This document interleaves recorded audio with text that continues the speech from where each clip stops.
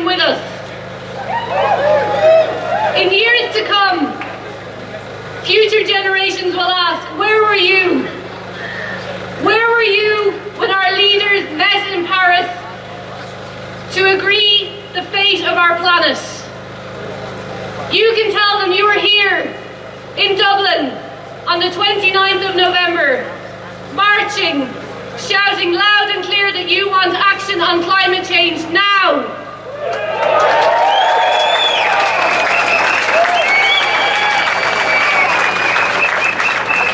On behalf of the Stop Climate Chaos Coalition, I'd like to invite our first speaker, Oisin Coghlan, Director of Friends of the Earth, to say a few words.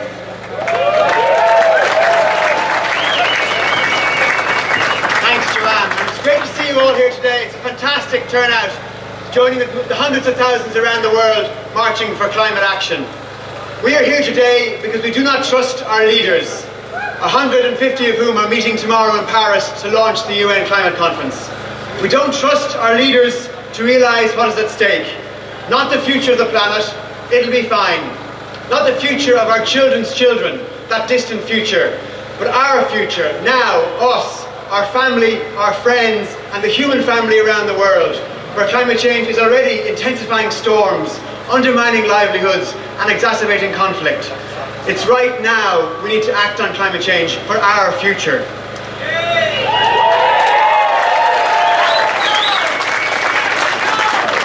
Informed by science, world leaders have set a target of limiting global warming to 2 degrees Celsius. But this year we've already passed 1 degree, and their plans would see us go near 4 degrees. And the scientists say the difference between 2 degrees and 4 degrees of global warming is human civilization. We've never had organised human community like we have now on Earth in a 4-degree warmer world, and that's why we must act now. Nor do we trust our leaders to realise the opportunities of climate action. Not just the fact that inaction costs more than action, but the warmer homes, the new jobs, the livable cities that they are ignoring. We are the first generation to feel the effects of climate change, and we are the last generation that can do something to stop it. So we must act now. So we will not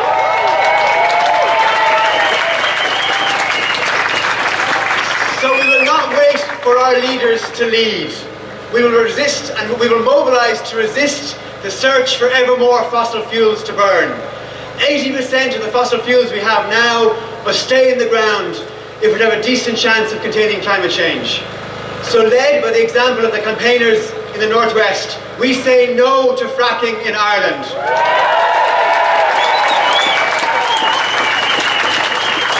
And we say no to EPA research that should be looking at whether we frack in Ireland and instead is looking at how we frack in Ireland. And we say no to burning peat for electricity. We should have stopped 10 years ago. Instead, we continue to give it €120 million every year. Inspired by the Antashka case against Eden Dairy, we will ask for it to be stopped now and spend the money instead on creating new jobs in retrofitting and a safer future. We will mobilise to transform our energy system, putting communities who are already organising to use less energy and generate it themselves. We say yes to a guaranteed price for solar power. If the government delivers that, we will unleash a rooftop revolution on every green school, on every GAA clubhouse, on every parish hall. We can turn that into a community-owned power plant if the government gets out of the way and gives us a price for solar energy.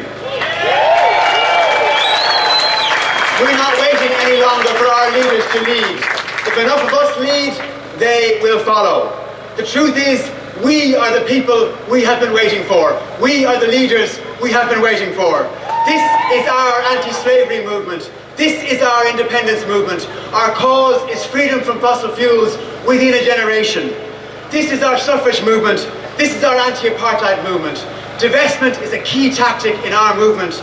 And also, we need to put communities at the heart of the energy revolution, with the right to own the renewable energy projects that will deliver the future we need, and the right to participate in the decisions that will get us there. Paris will not deliver strong enough action to contain climate change, but we can, and together we will. Thank you. Thank you, Oisin. I'd like to invite Lorna Gold, Trocaire's Head of Policy and Advocacy, to speak now.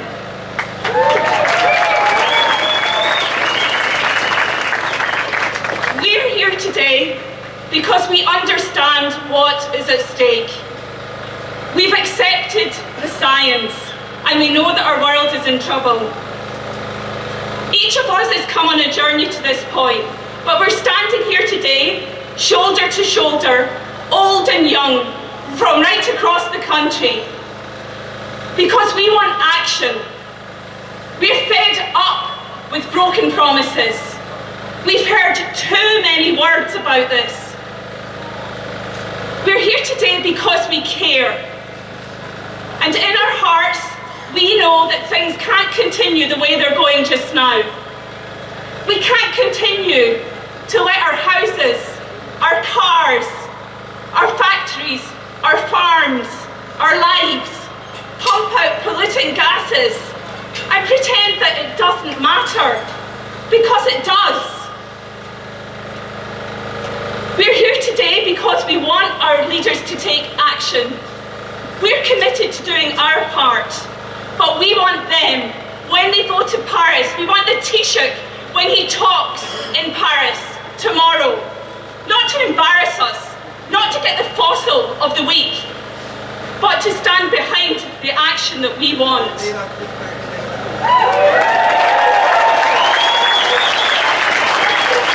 We're here today, above all, because we know that there are victims in this struggle for climate justice.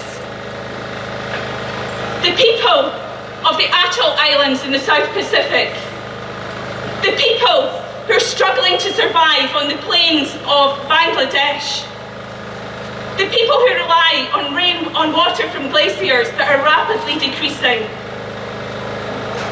all the poor who live on this earth today, and climate change is making their struggle for a livelihood 1,000 times worse.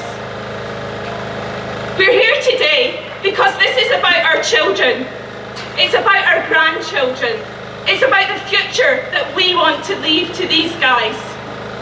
And we seem too happy sometimes to burden them with a future that will become unbearable. It's about the big other victims, the thousands of species we share this planet with, because they too have rights. They too have rights to live on this beautiful Mother Earth that we share with them.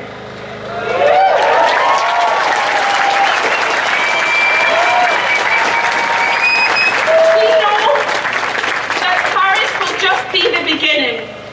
As a climate movement, we can't think that they're going to turn it around next week. We are using this point to say the change will only happen if we join together and make common purpose. Regardless of what we believe in, we share this planet.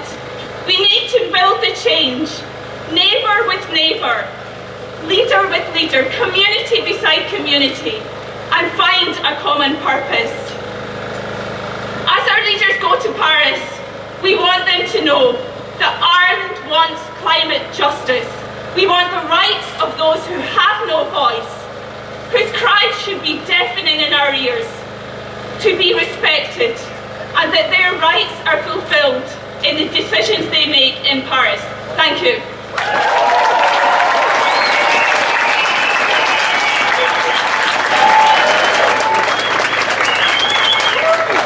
Thank you all, and I really appreciate all of you that have turned out today. I believe we're on the cusp of a new revolution, and this revolution is going to go right across the world and right across Ireland. I believe this march is a clarion call, a call to arms, to a peaceful movement across the world that will rapidly insist that our governments, our politicians, and our media, and our businesses take this issue of climate change very, very seriously. Climate change is the greatest existential challenge that we've ever had to face.